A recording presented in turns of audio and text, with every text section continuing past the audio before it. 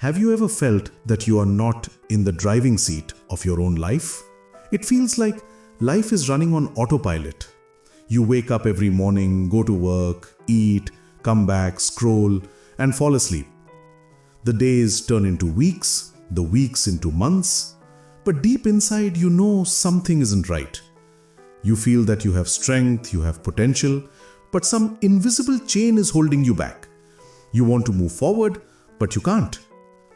Today, I haven't come to give you a hollow motivational speech. I haven't come to say everything will be all right. I have come to show you a mirror. Because the invisible chain that holds you back wasn't forged by someone else. It was created from your own habits. 3 such habits that you might not even be aware of, but which are silently eating away at your confidence, your time, your future, and your mental peace like a termite. These habits are so cunning that they often come disguised as good habits. And the most terrifying part is that the third habit among them is praised by our society, our parents, and even ourselves as a good habit. So, I want you to give me the next 30 minutes of your life. Because after these 30 minutes, you will not be the same person. You will recognize that invisible enemy, and you will have the weapon to defeat it in your hands. Wait until the end, because the third habit will shake your world of thought.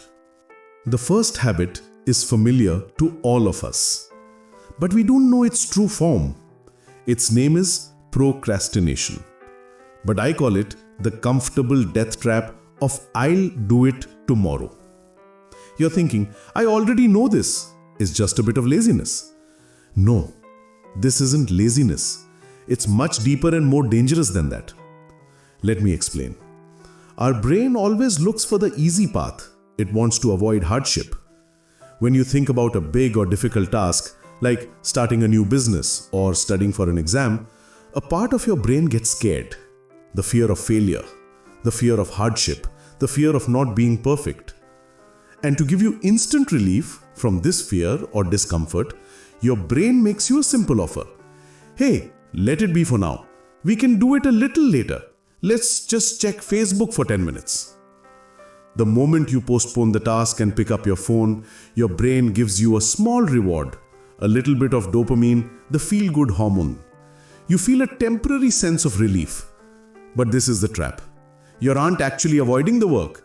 You're just temporarily numbing the fear or discomfort associated with doing the work. I had a friend, Ratul, an extraordinary graphic designer. His dream was to open his own freelance agency.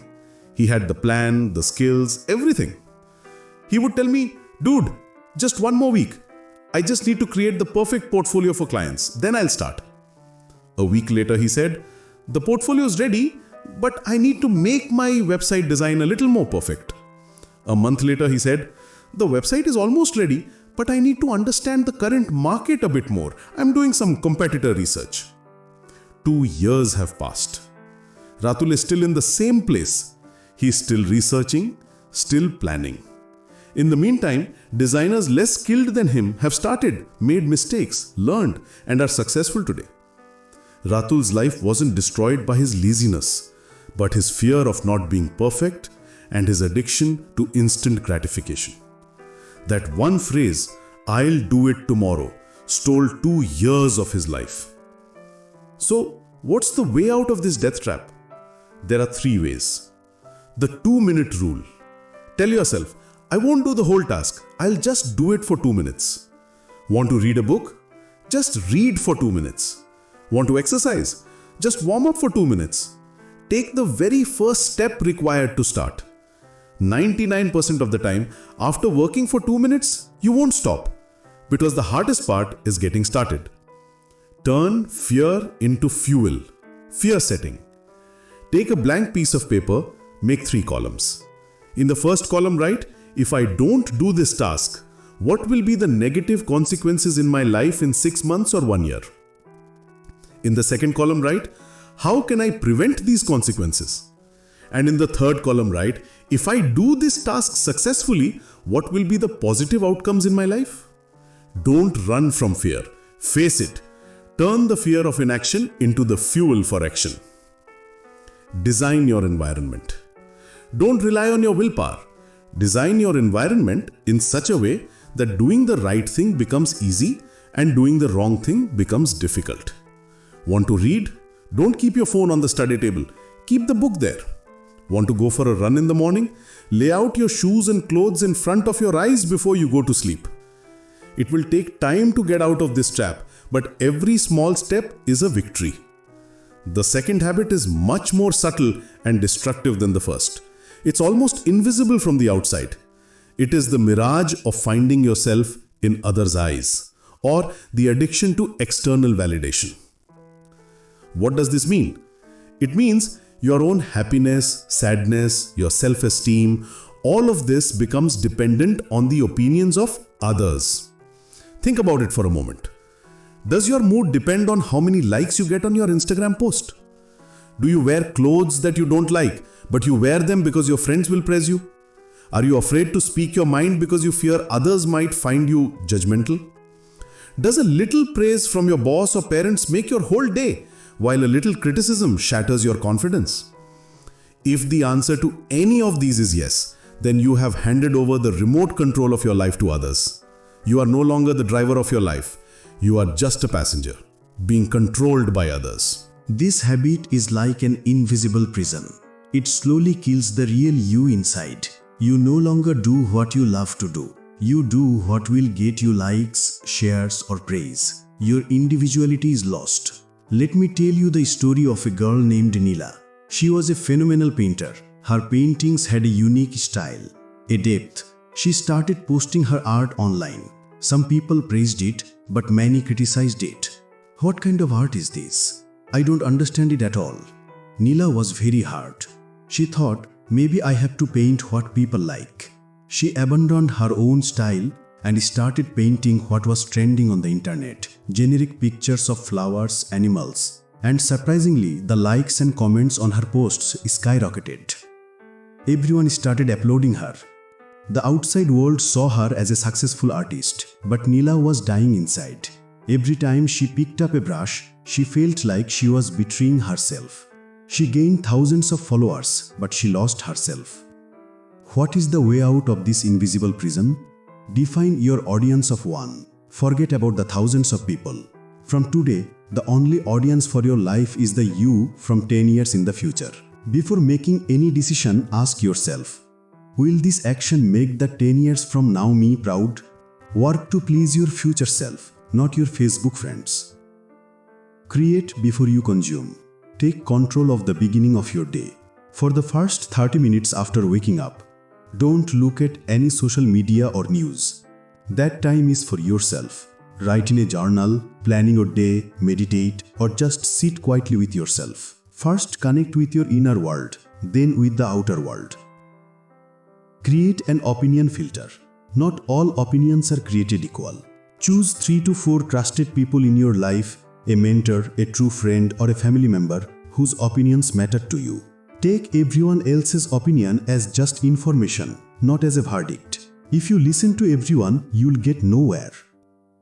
Celebrate private wins. After finishing a task, don't wait for others' praise. Reward yourself. Pat yourself on the back.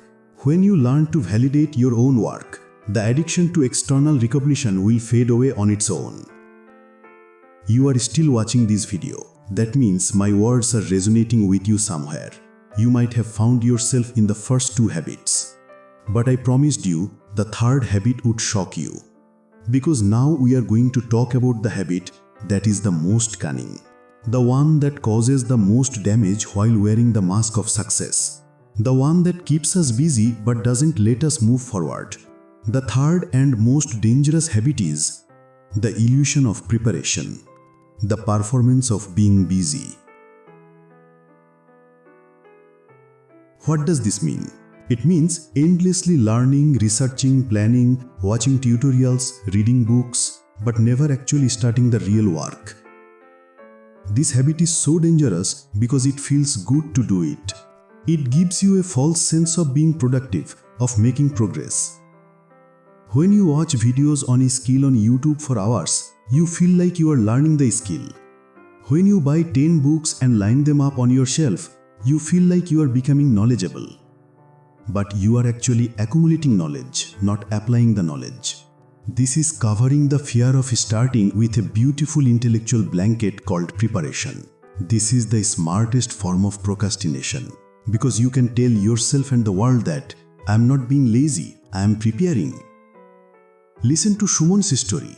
Sumon wanted to invest in the stock market. He decided he would learn properly first and then he would start. A good decision.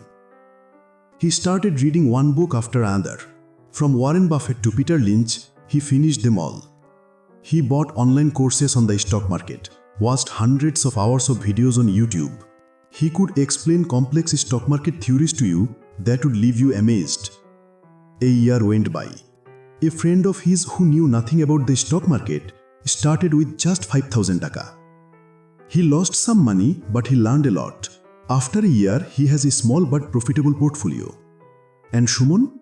He hasn't bought a single share in a year. Because whenever he went to buy one, he thought, hey, I still don't know enough. I need to do a little more research. Sumon had become a knowledgeable man, but not an investor. He was a collector of information, not an applicer of knowledge. The illusion of preparation consumed a year of his potential. Are you trapped in a web of information like Sumon? There is a way out. The 70% rule. Remember, you will never be 100% ready for anything. If you have gathered 70% of the information or preparation needed to start a task, then just start. You will learn the remaining 30% while doing the work, while making mistakes. Action is the best teacher. Just-in-time learning, not just-in-case learning.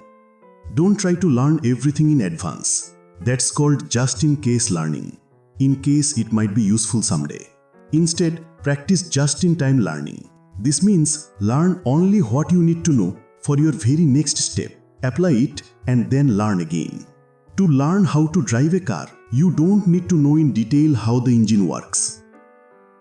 Break down the work into actionable chunks. I will start a YouTube channel is a huge goal that will intimidate you. Instead think, today I will just write down 10 video ideas for my channel. This is a small, easy step. Smaller steps have less fear, so they are easier to start. Embrace imperfection. Your first video will be bad. Your first piece of writing will not be good. Your first design will be ordinary. Accept it.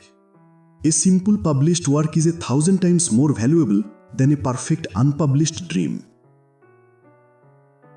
So these are the 3 invisible enemies. Comfortable procrastination, which steals your time by trapping you in a cycle of relief. The addiction to validation, which puts your self-esteem in others' hands and hollows you out from the inside. And the illusion of preparation, which keeps you away from the real work by making you perform busyness. But from today, they are no longer your enemies. They are signals of the fear inside you.